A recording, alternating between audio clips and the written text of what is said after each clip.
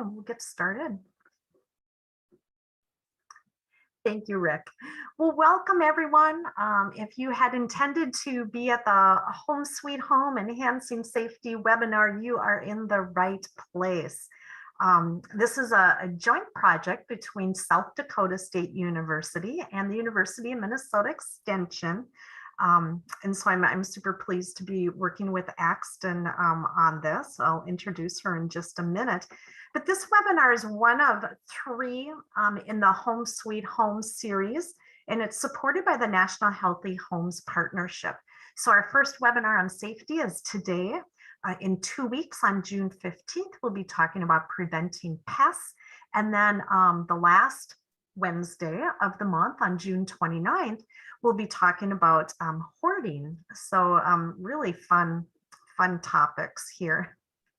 As I indicated, Axton Betts Hamilton is my partner today, and she's an assistant professor at South Dakota State University. Axton, anything you want to share about yourself? Sure. So I'm an assistant professor of consumer affairs at South Dakota State. So in my role, I primarily teach financial counseling and planning courses. I also do some work in the housing space, part of a team that is exploring factors that influence aging in place, which we'll talk a bit about in this presentation. I also do work on elder financial exploitation and identity theft perpetrated by family members. Great, thank you. That's great backstory for us. And I'm Sarah Krymans, Extension Educator with the University of Minnesota Extension, based out of our Morris Regional Office, but doing a lot of work across the state. So working primarily in family resiliency, family resource management areas. So welcome to everybody that's on today. We're so pleased to have you here. So here are the learning objectives for today's program. So as a result of participating today, we're going to look at some knowledge comprehension and application. So first, we're going to look at that connection between health, well-being, and the home environment. We're also going to identify some hazards, safety hazards in the home and near environment. And then hopefully you'll walk away with some application ideas or tips. So actions that you can take to reduce safety hazards in the home. And we're going to be talking briefly about each of these: falls, drowning, fire, poisoning, suffocation, choking, and guns, which seem really relevant these days. So why do we care? You know, it's important to establish the reasons why we care about home safety, and it is a big deal. Unintentional injury is a major public health problem in our country. It's the leading cause. I found this one interesting. It's the leading cause of death for individuals between the ages of 1 and 44, and the 5th leading cause of death in the US. Unintentional injuries are among the top 10 causes of death in every age group. And an average of more than 91,000 people die each year from unintentional injury, and about 20% of those occur in the home. So this is a big deal. An even larger percentage of non-fatal unintentional injuries occur in the home. So of those non-fatal unintentional injury events, 42% of those occur in the home, translating to nearly 12 million non-fatal injuries in the home. So we spend a lot of time in our homes, and so it makes sense that a lot of those injuries occur at home. In addition, emergency rooms or emergency departments treat more than 10 million home injuries annually. And then a bunch of people go to their private physicians as well. So another 11 million folks are seen by their private physicians. So in total, unintentional home injuries account for nearly 21 million medical visits on average each year. And so there are definitely some things that we can do to reduce that number. So this chart is good, right? It helps us look at the causes of preventable injury related to deaths in the home. And this is from 2020, and it's the most recent statistics from the National Safety Council. And so you can see poisoning there, almost 62%, falls, about 25%, choking, almost 2%, fires, flames, smoke, about 3%, natural heat and cold, also accounts for a piece of that. But so we're really seeing that poisoning and falls are really the big areas where we have a lot of injuries related to the home. Um, so we are going to take a look at how we can prevent some of those. So now a chance for you all to share your thoughts with us. What are the connections between health, well-being, and the home environment? Go ahead and find the chat box on the bottom of your screen. There should be a little chat bubble. Share your thoughts about the connections between health, well-being, and the home environment.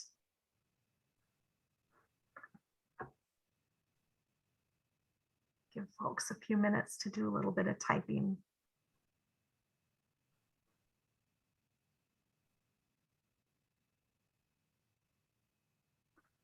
Maybe there isn't a connection.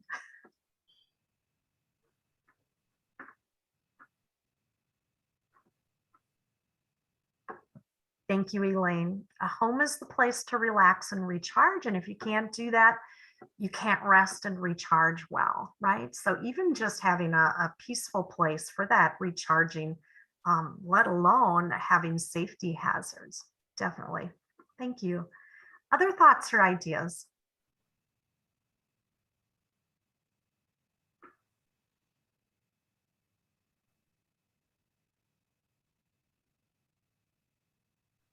Yep, home is supposed to be a safe place. Thank you, Matthew. All right.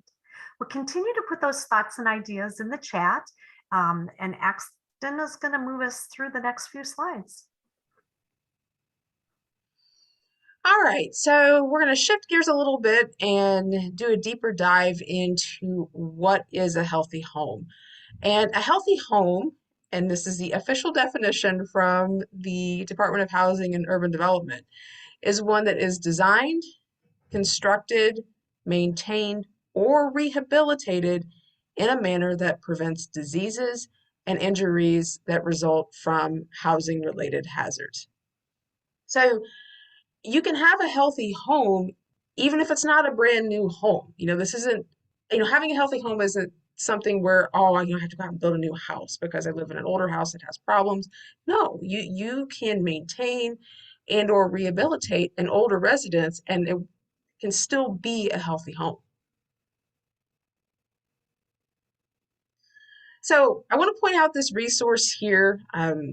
It's a booklet that you can download from extensionhealthyhomes.org/help. You can also search for this publication on the U.S. Department of Housing and Urban Development website, and it's called Everyone Deserves a Safe and Healthy Home. And this publication, it used to be a print publication that back in the day, extension offices would be able to distribute this. But now it's primarily an online resource that's really a comprehensive resource of things that you can do in your home or apartment or whatever your particular housing situation is to help have a healthy home, regardless of the structure of the home, regardless of the age of the home. This pamphlet, or I shouldn't say pamphlet, but booklet will walk you through just some fairly easy steps of things you can do to help make your home a healthy one. And the nice thing with that too, Axton, is this booklet is available in multiple languages. So if you work with folks who speak Spanish, Hmong, Vietnamese, Bosnian, Arabic, check that out. And there might be other languages as well, but it's available for everybody. Yeah, that is an excellent point. So this is a very accessible resource, and it's a really great resource that's been used by lots of folks over the years. Oh, thank you, Rick, for that direct link there in the chat. So if you're looking for the Everyone Deserves a Safe and Healthy Home booklet, Rick just put in the chat a link to it from the U.S. Department of Housing and Urban Development website. So this next slide, given that this webinar is sponsored by the National Healthy Homes Partnership, it it just wouldn't be a National Healthy Homes Partnership webinar if we didn't cover the 8 principles of healthy homes. And those include keeping your home dry, clean, safe, well ventilated, pest free, contaminant free, well maintained, and thermally controlled. So I want to touch on a few of these in a little more detail. So the first one I want to touch on is keeping it dry. So, right now with the weather that we've had recently in South Dakota and Minnesota with the storms, we think of roof damage. I live in Brookings, South Dakota, and there are a lot of roofs here that have been damaged over the storms the past couple of weeks. So we think about roof leaks, and in terms of being able to keep the house dry. And, that's kind of at the forefront of folks' minds right now. But keeping it dry also includes addressing plumbing leaks as well. Plumbing leaks can lead to damage in the home, can lead to mold growth and things of that nature. Another one I want to touch on is safe. So, when you see keep it safe, well, that can mean a lot of different things. So some things I want to point out: loose rugs. So it seems like a simple thing, but a lot of us have loose rugs in our house, and if we step on the rug moves. Well, that can be a fall hazard. So either getting rid of that rug or finding a way to make it more secure is important. Making sure household chemicals are away from small children is important. And then smoke and CO2 detectors. So those are important to have throughout the home. And then contaminant free. When I first looked at this slide and I saw contaminant free, that made me think of household chemicals actually, but that's actually captured under safety. What um, the National Healthy Homes Partnership means by contaminant free primarily is lead. So making sure that the residence that you're living in is free from lead paint. And this is primarily a concern for residences that were constructed prior to 1978.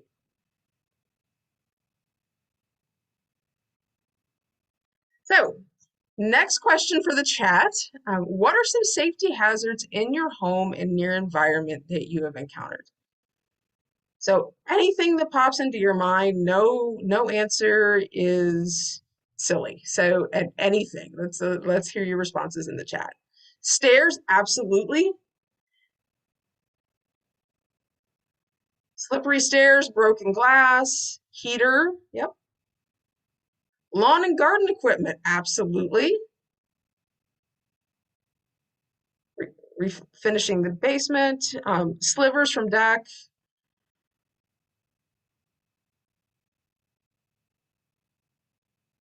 Nails that are sticking out, grill too close to house, low ceilings for those who are tall, power tools, old paint, bathroom, smoke detectors that are out of batteries, absolutely. Bad wiring, ladders, asbestos. We will talk about asbestos in this presentation. Water heater set too high. We will talk about that in this presentation. Gas leaks, absolutely. Mold.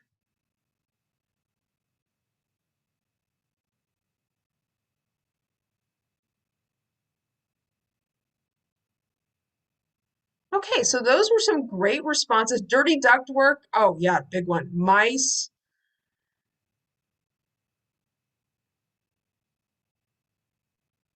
The mice one, ants, those are really great examples of pests that can also be health hazards, which we'll talk about in more detail at our next webinar. So with that, I'll keep moving along. Thank you for those great responses. So there are many ways to be injured in the home. And so this uh, drawing here depicts several common household hazards. Now, for the sake of time, I'm not going to go through all of these, but I am going to touch on a couple that I think are important that often get overlooked. And so down here at the bottom, I'm not sure if you can see my cursor here, the number 7. Number 7 is on what looks like an end table, right? You wouldn't think an end table is hazardous. It's just it's there. It's got some flowers on it. It looks pretty. Maybe you set your car keys on it when you walk in the house. It's there, right? But this end table has sharp corners, and if a person were to fall, they might hit that sharp corner and injure themselves. Another way these sharp edges on furniture can be a hazard, and this actually happened when I was babysitting years ago. Um, Two young children, I think they were like 4 and 6 at the time. And the older sister pushed the little brother backwards, and he hit the back of his head on a corner of a table. It was a sharp edge, and he had a bump from that. And it's a hazard that I think often gets overlooked. One thing that you can do to help prevent this hazard is attach corner and edge bumpers to furniture that have these sharp edges. Another one that I want to point out over here, if you can see my cursor, is number 10.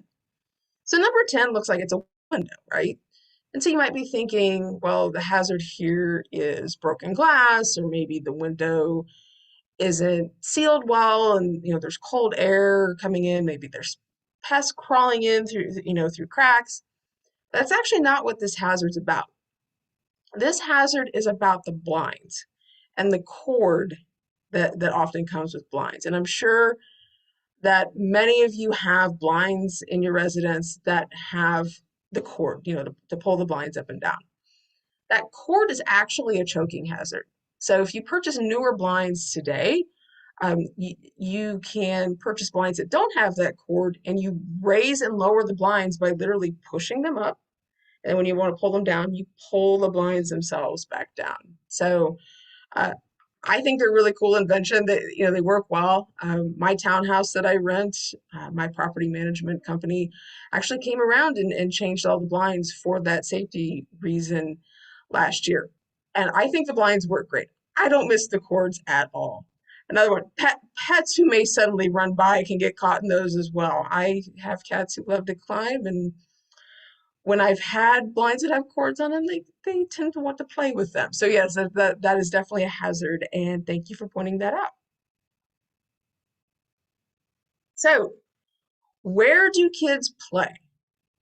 So kids will play usually on things that are meant to be played on, right? Like trampolines and playground equipment. Trampolines are really popular.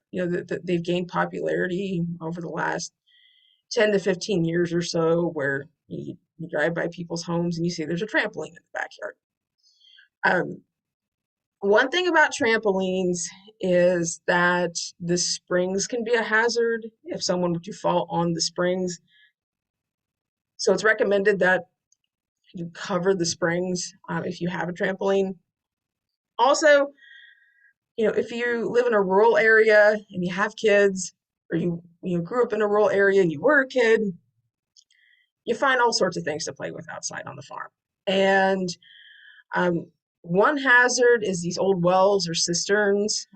They can pique children's curiosity, and they might fall down into the well or the cistern. So it's recommended that you fill these in. And then this picture down here of a wheelbarrow. So I can remember as a kid, with my cousins, one would get in the wheelbarrow and then one would push the wheelbarrow. Well, when you're a kid in a wheelbarrow, you're top heavy, right? I mean, there's another kid pushing the wheelbarrow. If you move as a kid, that center of gravity changes, and then you can fall out the wheelbarrow and get injured. And this is a common thing for farm and ranch kids to do, but it's just something to be conscious of with these items that many of us have that aren't necessarily we as adults don't necessarily think of as toys. Kids can find a way to make them toys. So, one thing to think about if you are in charge of any playgrounds, or if you're interested in building, like a play set or kind of a jungle gym area for your kids at home, you want to make sure that whatever the kids land on, so to speak, is soft. And so you see this oftentimes in playgrounds where there's pea gravel or there's mulch, and the minimum compressed loose fill surfacing depth is recommended to be at least 9 inches, right? So there's cushion there, right? There's enough cushion of mulch or pea gravel or whatever soft material you want to use that it actually provides a cushion, and the kids aren't just falling through it hard enough that they're hitting the ground. So that's why it's recommended that the depth of the loose fill be at least 9 inches. And with that, I will turn things back over to Sarah. Thanks, Saxton. We're going to shift a little bit to falls and how they pose a hazard in our home. The National Institute on Aging states that 6 out of every 10 falls happen in the home. And again, that really makes sense because we spend so much time there and we tend to move around our homes without really thinking much about our safety, right? We're navigating it all the time. So we may not stop and really think about those sharp corners or the loose rugs that we've been talking about. And there are many changes that you can make in your home that'll help you avoid falls and ensure your safety. So one is looking at handrails. They can be a really important safety aid, right? We typically have the handrails at most stairways because they help us as we navigate that.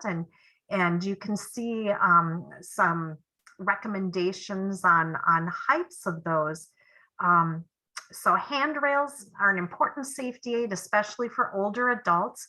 According to the 2010 ADA, Americans with Disability Act standards for accessible design, handrails are required on ramps that run with a rise greater than 6 inches and on certain stairways. Handrails typically are not required on walking surfaces with running slopes less than a 1:20 ratio, but some slopes less than that would require a handrail. So they suggest that the top of the gripping surface of the handrail be at least between 34 and 38 inches from the floor to help with that. And handrails shall be at that consistent height above from the floor on walking surfaces as well. So that 34 to 38 inches if you are looking at doing that. My husband and I go to a rural church that's really old, and we have an aging population, and my husband got assigned to build a handrail up to the altar for communion because of our older folks, and it's just getting really difficult with those steps. And so in a variety of settings, not only our homes, but other community settings as well, it's important to think about those. So safety bars, right? They are also important. And when we think about safety bars, we're typically thinking about those restrooms. And so the ADA standards for accessible design, again, provides some standards for different sizes and where they should be located. So the rails themselves should be circular between diameters of 1¼ and 2 inches maximum, being 1.5 inches from the wall. So there's room to grab with our fingers there. And then they're recommending the rails be placed between 33 and 36 inches from the finished floor. So thinking about adding railings in the restrooms is a great way to prevent falls. So another thing to think about when we talk about falls is to, in an attempt to reduce falls, is to rearrange or remove belongings to eliminate clutter and overcrowding. So you can see a few measurements on this beautiful living area here, and they have 32 inches, and that's the amount of clearance recommended to enter a seating area. So if someone, um, it's wide enough for folks to walk through, but also if someone has a wheelchair as well. I happened to be working out of town a couple months ago, and in the hotel lobby area, there was a woman who was using a wheelchair, and she had to ask someone at the desk to make space for her to get into the seating area in the hotel. And I think about my home as well. Is it inviting, and is there room for that? Then you'll also see that 18 inches, and that refers to how far a coffee table, if you have one, should be placed from the seating area, such as a sofa. That 18 inches should be wide enough to let people walk through, but not too wide for accessibility purposes. So thinking about that. Um, we also need to think about what else do we have in our living area. I have my chair in the living room, and I've got a stack of books, and I've got some embroidery, and I've got a variety of other things, and those items could really cause a hazard for some folks. So it's recommended to keep your floors free from anything that might cause tripping, such as toys or shoes or magazines.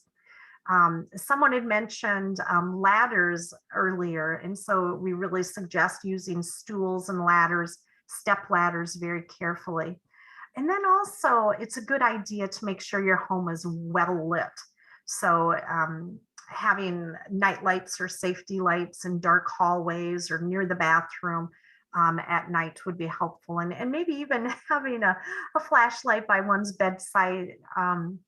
We've had our electricity go off several times in the last few weeks with the storm, so it can get pretty dark in our homes.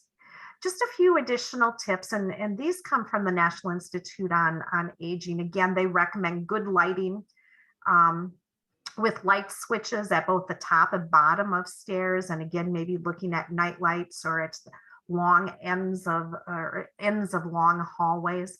Making sure that carpets or rugs are attached firmly or fixed firmly to the floor so they don't slip. There are some no slip strips or pads that you can put under things as well. They suggest not using those throw rugs or small area rugs if you can help it, because those are definitely tripping hazards. Using the night lights, having a flashlight. And then those of you that are pet lovers, if you have a cat or a dog or some other little creature in your home, making sure that you know where they're at so that we're not tripping over them. So we also want to mention the accessibility issues. So consider design and products for all ages and stages. In 1990, the Americans with Disability Act, ADA, was passed, and this legislation was designed to ensure equal opportunities for those with disabilities, and it applies to public accommodations, commercial facilities, and transportation types of things. But we can use some of that information and knowledge as we try to make our homes more accessible and barrier-free. So if you are in the process of building a new home or remodeling, consider using universal design principles. Universal design is really designed for everyone, and it's called Design for All Ages and Stages. And so if you're interested in more information about that, you can definitely just search universaldesign.gov and come up with some great information. And as I was doing some digging, I found a practical guide to universal home designs, convenience, ease, and livability, looking at remodeling, building, and buying, that was produced here in Minnesota by the East Metro Seniors Agenda for Independent Living, so SAIL, with support from the Minnesota Department of Human Services. So there's lots of great resources online. Just make sure you're accessing some credible resources there. All right, I think Axton, you've got this slide. Yep. Okay, so Sarah left off at a good point to segue further into discussion about aging safely in the home and universal design. So, universal design is a concept that's not just applied to housing, it's applied to education and a variety of things. And what it really means is it's useful for all at various stages of the lifespan. So on this slide, we have an example of a no-step entrance from the driveway to the door. And this is an example of universal design because all ages and stages can use the same door, whether it's an individual who uses a walker or a wheelchair, or a toddler that maybe has difficulty navigating steps just because of where they are in their development. It doesn't matter because there's no step here. This is the stepless design can be used by everyone regardless of their life stage. Other examples of universal design that can be incorporated into homes are wide doorways. So those wide doorways, of course, can be used by anyone, but doorways can be widened or made wide enough to accommodate wheelchairs or other assistive devices that may be needed. Lever door handles, you don't often think of those as reflective of universal design, but you know, as folks get older, they may lose some dexterity in their hands, and so they may have difficulty turning knobs. But think about when you're out shopping and maybe you've got those plastic grocery sacks all lined up on your arms because you want to make one big trip in from the car.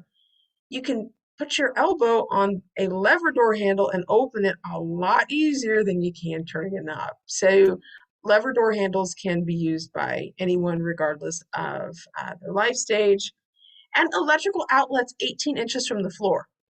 This is not something we think of commonly, but as folks get older, they may have difficulty with bending down to plug or unplug appliances or lamps. Also, we don't want children you know, playing with electrical outlets. So by having those higher up off the floor can make them less accessible for children and help ensure their safety. So another safety hazard that is more related these days to home remodeling and maintenance is lead. Lead, as you may know, is a neurotoxin, so it can damage the brain and the nervous system. And this is critically important for children who are exposed to lead because their brain and their nervous systems are still developing. So if their brain or nervous system are affected by lead, it can lead to behavior problems, it can lead to learning disorders, and that can be avoided by making sure that any lead paint is removed from the home. So asbestos, I saw that earlier in the chat. So asbestos is also more of a remodeling issue where in older homes and in older buildings, you may have seen this at work over the past few years, that there's been a process of asbestos removal because maybe asbestos is in the tiles of the building and maybe the tiles are starting to fall apart. Or maybe there's asbestos in the insulation in your home or your workplace. And so there's a removal process for that. Asbestos can be damaging to the lungs if the particles are inhaled as part of that remodeling process. If asbestos is undisturbed, those particles are not in the air, so it won't affect you. So asbestos becomes a problem once we somehow disturb it, usually through a remodeling process. And then moving on to drowning. So one way to avoid drowning is if you have a pool at home, uh, make sure there's a fence around it with a gate that is not easily opened by children. Whoops, skipped ahead there. Um, Another important point about drowning, it can happen in buckets. And this is particularly true for small children. So thinking, toddlers, if there's a bucket of water sitting out, maybe you're going to use it to water your plant. And if a toddler falls into the bucket, they may not be able to physically get themselves out, and that can present a drowning risk as well. And then fires and burns. We're going to talk about hot water and scalding. And I saw that earlier in the chat as a home safety concern. So scalding can occur, particularly for those who are sitting in a bathtub, if the water temperature is in excess of 120 degrees. So this is more likely to happen sitting in a bathtub because you're sitting in there longer. More of your skin is in the water versus, if you're just washing your hands. So hot water heaters should be set to less than 120 degrees Fahrenheit to avoid the risk of scalding. Um, but one caveat with that, um, which I'll get to, I thought it was on the next slide. Apparently it's not. It's on the slide after this one. So hold on, I'll get to that. But real quickly, fires and burns. As I'm sure you've heard many a time, make sure that you have smoke alarms and carbon monoxide alarms at various locations in your house. If you have a two-story house, having an alarm on the first floor, that's not enough. So you want to have them in multiple places on multiple floors.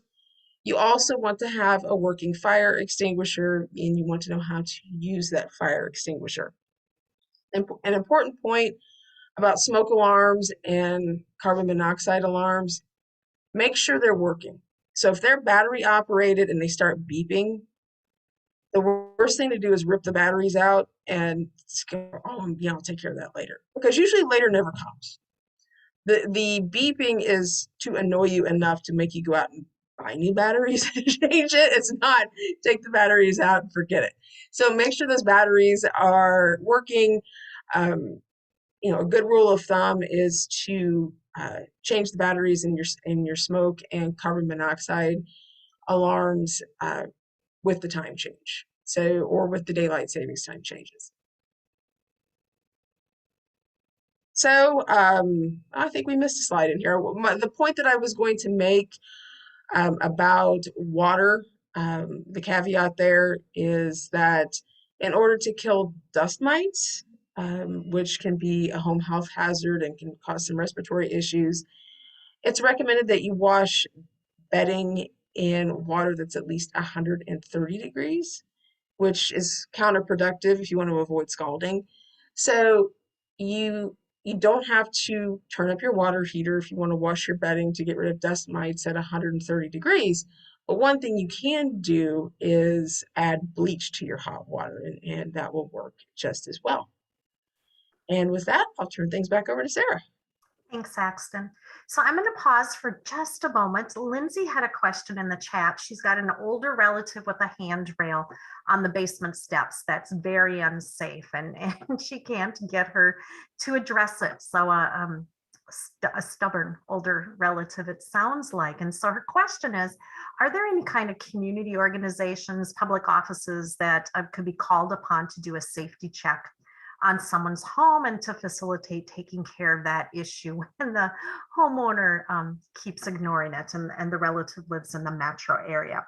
My first thoughts would be to connect with your area agency on aging to see if they have a program or recommendation. They may have a program to come out and check and do those sorts of things. Your local county public health department would be another good opportunity or place to check. And then the third one that came to mind was perhaps a local community action program. I know they have like energy checks and that kind of thing. I'm not sure if they have the safety checks. Any additional thoughts on that one, Axton? Habitat for Humanity might be a good choice as well if you have a local Habitat for Humanity office. Some of them will do home energy audits and things of that nature, and they might be willing to come along and repair that handrail, or they might know someone who would be able to do that. Another option too, if you live in an area with a school district that has a lot of vocational courses, so woodworking and building trades and those sorts of things. Teachers are looking for projects for students to work on, and to do some of that service learning. So that could be a project for a student as well at a local high school under the supervision of a teacher. Those are great ideas. Thanks, Saxton. We're going to take one more question and then we'll move on to poisoning. But Star was asking a question related to the dust mites and the hot water and the use of bleach. What if you are allergic to bleach? Could hydrogen peroxide be used instead? Are there alternatives there? Oh, that's a good question. I didn't think about that, but I would say that hydrogen peroxide would be a safe alternative. Great. Thanks for that question, Star. All right, we're going to move on to poisoning here. Um, uh, we have a lot of products in our home, and medications are one of them. So thinking about, are your medications accessible or inaccessible to children? I've got grandkids coming in the next week, and so I'm going to be doing an overall safety check of my home, but medications is one of the things that I definitely want to check out. And so even if you don't have children living with you, you may have children visiting. So it's important to take care of these things, right?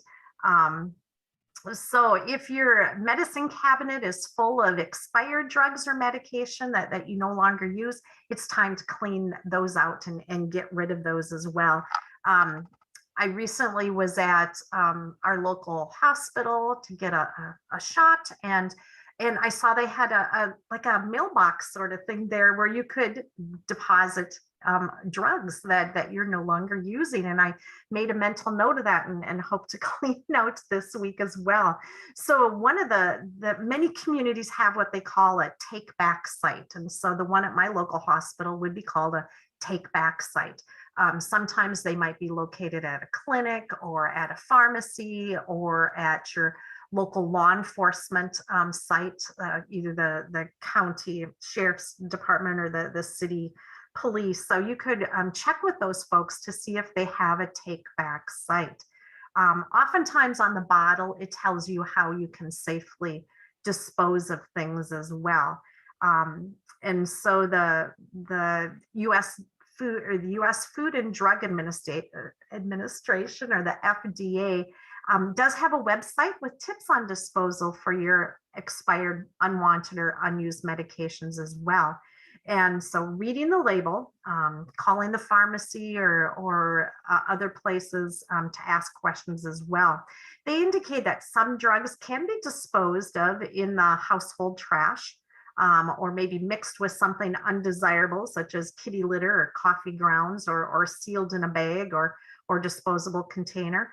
Others could possibly be flushed, but keep in mind that drugs should only be flushed if the label indicates that is safe to do. And then again, looking for those take back sites would be a good bet.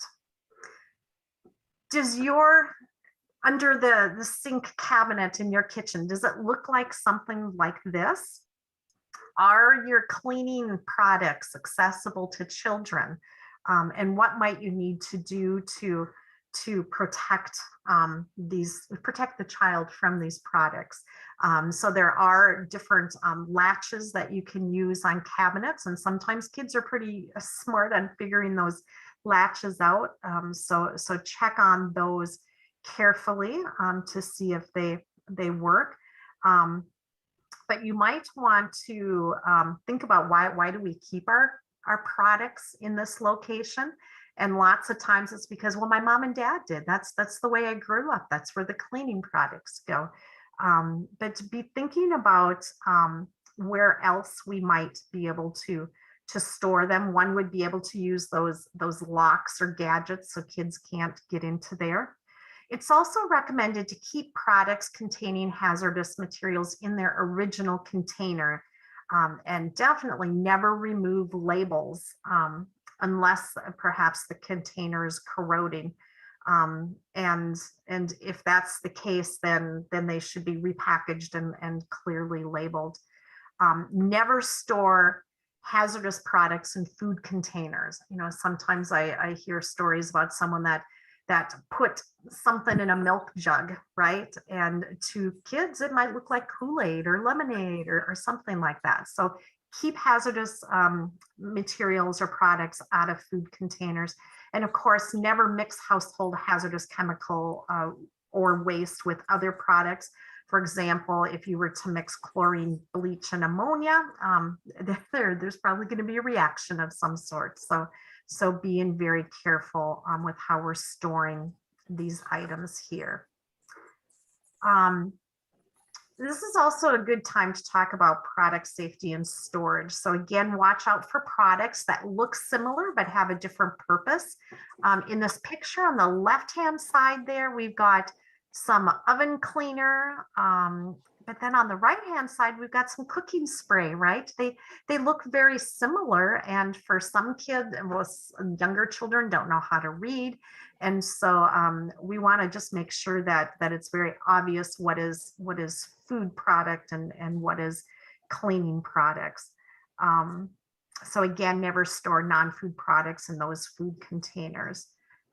Young children aren't able to read those labels, and young ones really explore by putting things in their mouths. So we just, again, need to eliminate some of those hazards. Now, this picture makes me think of summer, and it also makes me think about food safety and potential for food poisoning. So we're going to talk refrigerator and freezer temps. You can see refrigerators, we want 40 degrees or cooler.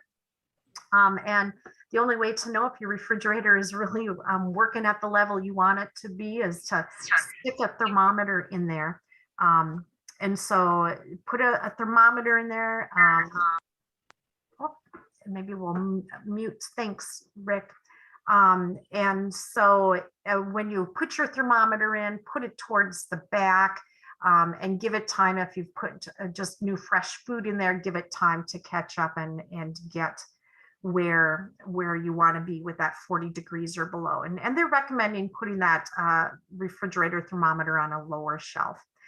Freezers, we want it 0 degrees or below. Again, having a thermometer in there to make sure that you're at the right temperature. This also just makes me think of food safety in general, especially since we're finally getting into some nice weather.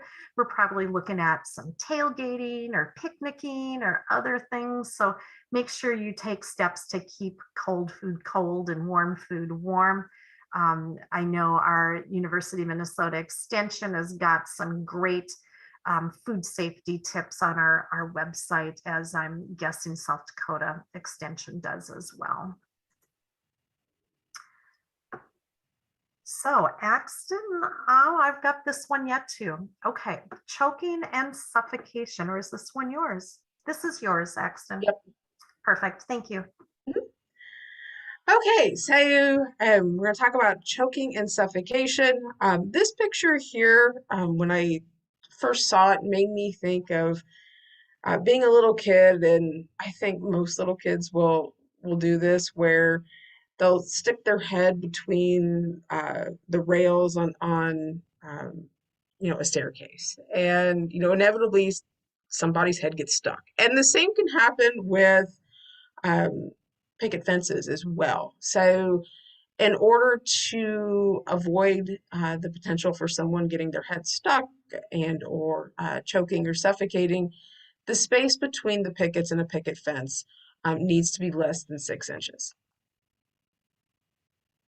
And then choking and suffocation, going back to the point that I brought up earlier about the cords on mini blinds, they are a potential safety hazard for choking and suffocation, not just for young children, but as someone mentioned in the chat, for pets as well, who might be inclined to play with those.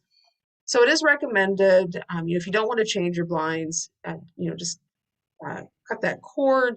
Or again, if you want to change your blinds and get newer ones, there are ones out there that do not have that cord anymore. So there are ones where you literally push up and pull down on the bottom of the blinds to raise and lower them, which I have them. I think they're great. So, they have my endorsement. And then moving on to cribs. So I realize that this graphic is difficult to read. And so I want to go through the points at the bottom here, the 5 new federal requirements, and I apologize for reading these. But the first is drop slide cribs cannot be made or sold, and immobilizers and repair kits for those drop uh, side cribs are no longer allowed because there's a risk of a choking hazard there. Um, Wood slats on cribs now have to be stronger than they have been previously because if they break and a small child sticks their head through there, then it could be a choking and suffocation hazard. And then uh, new cribs have to have anti-loosening devices for any crib hardware, so curious children can't inadvertently, unscrew something that makes it loose enough where they can stick their head through something and have a choking or suffocation hazard. And then mattress supports must be more durable as well. And then last but not least, gun safety, certainly something that is on our minds today. Of course, in this presentation, we're not going to be political in any way, but we're going to share how you can keep guns safely at home. And the first thing to do, as the slide indicates, is store any ammunition that you have in a separate, secure location from any firearms. um, First and foremost, treat every gun in the house and teach children any gun that's in the house that they see, or any gun anywhere that they see that's unattended. Just assume that it's loaded. You can't ever assume that a gun is unloaded, particularly if it's not yours and you don't know whose it is or where it's been. And any unloaded guns need to be stored in a secure, locked area. And again, separate from ammunition. And then next question for the chat. What actions do you plan to take to reduce safety hazards in your home? Oh, here's a cat question, and I'm a cat person, so let's take a look at this. So I'm having a hard time stopping my cat from chewing on electric cords. I don't already hear her doing it. One, can she get a shock injury from biting all the way through? And any ideas to stop her from doing it? So, okay, so someone else does that too. All right. So the webinar is turning into a cat session. I love this. So my husband and I have 6 cats, so I have lots of cat experience. So um, I personally think that a cat chewing all the way through an electrical cord, they could get a pretty good buzz off of that, and in terms of an electric shock. Depending on the size of the cat, it may or may not be fatal. So this is something you don't want a cat to do. I would encourage, if you haven't tried it already, the use of bitter apple spray. So something yucky on the cord that, it doesn't taste good. And if they get that in their mouth, it should be a behavioral deterrent to keep them from going back and chewing on those cords. Oh, put them in a foam noodle, wrap them in double-sided tape, bitter spray, tuck them out of sight if possible. Yes, out of sight is out of mind with kitty cats.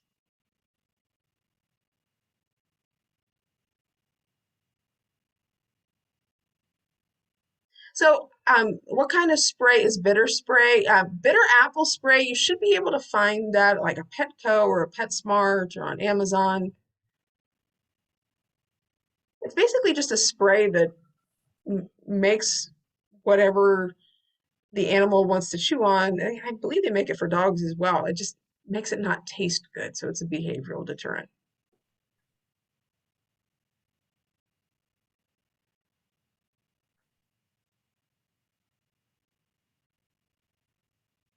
Okay, well, as comments are coming in, I'll turn things back over to Sarah. I appreciate the cat talk.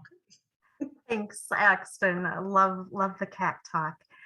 Continue to put your thoughts in the chat about what actions you plan to take to reduce safety in your home. We wanted to share just a few resources here, and we'll be sending a follow-up email with all of the links that we've been sharing. But for fires and burns, of course, local police and fire departments are great places to get information. You know, having those smoke and carbon monoxide alarms in the home are really good. The poison control centers, there's the national 1-800 number, and then links for the Minnesota and South Dakota sites. And we were going to list phone numbers for both Minnesota and South Dakota, but they go directly to the National Poison Control Center. So the one phone number there. Injury prevention, AARP has got a lot of really great information, so you can check that spot out. And of course, our public health departments in each state have got some great information. So we had mentioned early on that this was the first in a little series of 3 Healthy Homes webinars. And so in 2 weeks, we'll be talking about pests, and there's some great photographs in that presentation of a variety of pests. So very visual presentation. So join us on June 15th. And then on June 29th, we're going to take a look at hoarding. And that'll be super interesting as we talk about collecting versus hoarding and what that might look like and what are some strategies to address that. So we hope to see you on June 29th.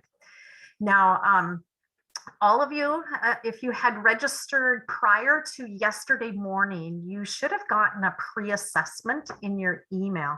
And I encourage you to please fill that out because this is a project with the National Healthy Homes Partnership. We would appreciate your assistance with that. And at the end of the 3 webinars, correct, Axton, we will be sending a post-assessment. No, we're actually have a post assessment after each webinar. Okay, so very short post assessment okay. will be coming after this webinar. So that'll be with our follow-up email. This is good. We didn't touch base on this piece. In the follow-up email that you'll be getting today or tomorrow, we'll include a link for that post-assessment along with all of the links that we've had in the presentation. If you need a certificate of participation, send me an email or you can respond to the email that we'll be sending out. And if you are with the University of Minnesota and you utilize the Use insurance and you're looking for some of those well-being points, you can use this link. And Rick, if you're able to pop that link in, we will also include that in the follow-up email as well. So are there any questions? We covered a lot of information in a very short amount of time, but please provide any questions or comments, thoughts in the chat as well.